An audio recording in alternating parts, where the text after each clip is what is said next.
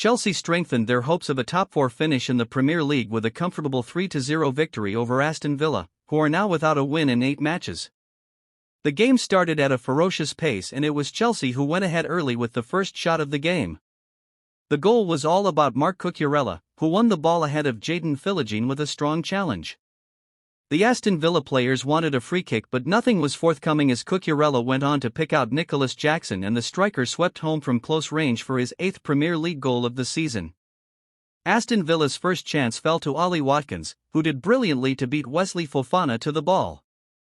The England striker was bearing down on goal but goalkeeper Robert Sanchez was quickly off his line to make a smart block. Chelsea had the chance to extend their advantage after Emiliano Martinez picked the ball up after a touch from Pau Torres.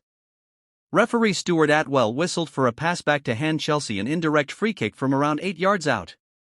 With all the Villa players back on the goal line, the ball was touched to Cole Palmer and his powerful shot was brilliantly kept out by Martinez. Chelsea's dominance continued and they finally extended their advantage just before the break. Enzo Maresca's side won the ball high up before Palmer's slick pass found Enzo Fernandez, who finished emphatically from the edge of the penalty area. Villa created another opening for Watkins in stoppage time at the end of the first half with Philogene playing the striker in on goal, but he was again denied by Sanchez to send Chelsea in at the break with a deserved 2-goal advantage. To compete with Liverpool, Arsenal, and City for many reasons and because we win today I'm not going to change my idea. We are not ready for that. But the good thing is that we are improving and hopefully very soon we can be there. What are the reasons why Chelsea cannot compete for the title? Maresca replied, we need to improve many things. We can attack better, we can defend better. But what we need is you have to live moments to get better. These kind of players, some of them in their life, in their experience, they've played probably one final for any title. Probably last year, Carabao Cup, has been the most important game they've played. So you need to live moments to get better, and when we start to get these moments, probably we get better and we can compete. Arsenal players, Liverpool players, City players, they all live finals, compete for titles, so we're going to be there soon. But this is one of the reasons why we are still far and not ready to compete with those clubs. Chelsea continue to impress under head coach Maresca.